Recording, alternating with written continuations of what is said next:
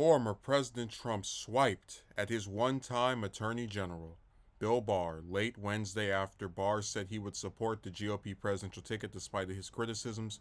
Wow, former AG Bill Barr, who let a lot of great people down by not investigating voter fraud in our country, has just endorsed me for president despite the fact that I called him weak, slow-moving, lethargic, gutless, and lazy. New York Post. Trump posted on Truth Social. Based on the fact that I greatly appreciated his wholehearted endorsement, I am removing the word lethargic from my statement. Thank you, Bill. Barr, who has for months criticized Trump's conduct during his time in office and since leaving, said last week he would vote for the Republican ticket in November, for which Trump is the presumptive presidential nominee. I think it's my duty to pick the person I think would do the least harm to the country, Barr told Fox News. And in my mind, I will vote the Republican ticket. Barr served as Attorney General for the final 2 years of Trump's first term in the White House. While Trump praised Barr often during his tenure, he turned on Barr after he said there was no evidence of widespread voter fraud in the 2020 election, as Trump had claimed. Oh, God, these people. The former Attorney General has since spoken about the seriousness of the criminal charge facing Trump.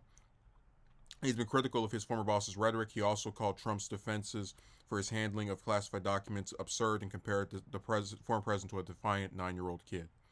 Barr most recently called Trump's push for Congress to kill the Foreign Intelligence Surveillance Act as crazy and reckless. Trump, for his part, has blasted Barr as a coward, gutless, and sloppy. So what drives me insane about this is that Barr is the same person who, a year ago said that if Trump were to get reelected, it would be a horror show. He has been one of the most vocal. I'd say the only person that was in Trump's cabinet who's used more disparaging language about Trump besides Barr is probably like John Bolton. Like they've these people who worked for him who just turned on him completely, and now he's admitting that he's going to vote for the person that he said a year ago if they were reelected it would lead to a horror show.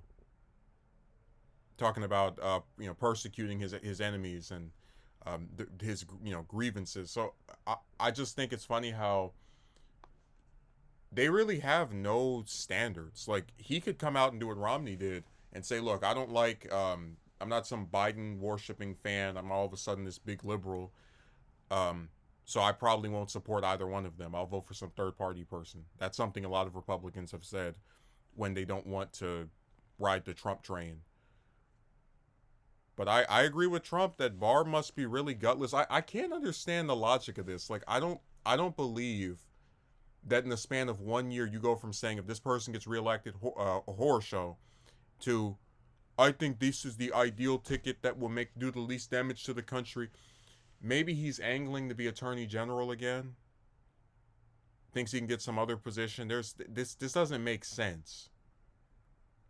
Because you would think when people are out of office and they don't have to, worry about appealing to some boss of theirs, whether it's the voters or whoever appointed them to their position, they'd be more open to being honest about things. But you don't see that with Barr. Barr is a complete and total turncoat. He turned from Trump to being on like the side of the resistance people.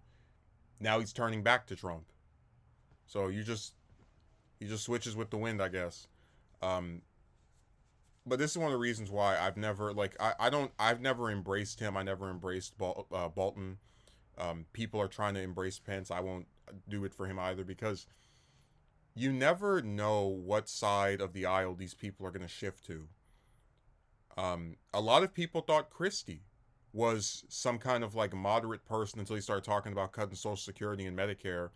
And that's because when people let their Trump derangement syndrome just creep into their minds and fester, it allows them to think, hey, maybe this person is good. Like, they used to work for Trump. All the past stuff they did has been absolved. This is the kind of thinking that led to, someone as awful as Bush 43 being reevaluated as good or not as bad. After, he left office, one of the lowest approval ratings of any president. So it's just sad to see even the people who are in these positions of power that really don't need you would think, to worship some other person, here they go, because they have no standards and no morals.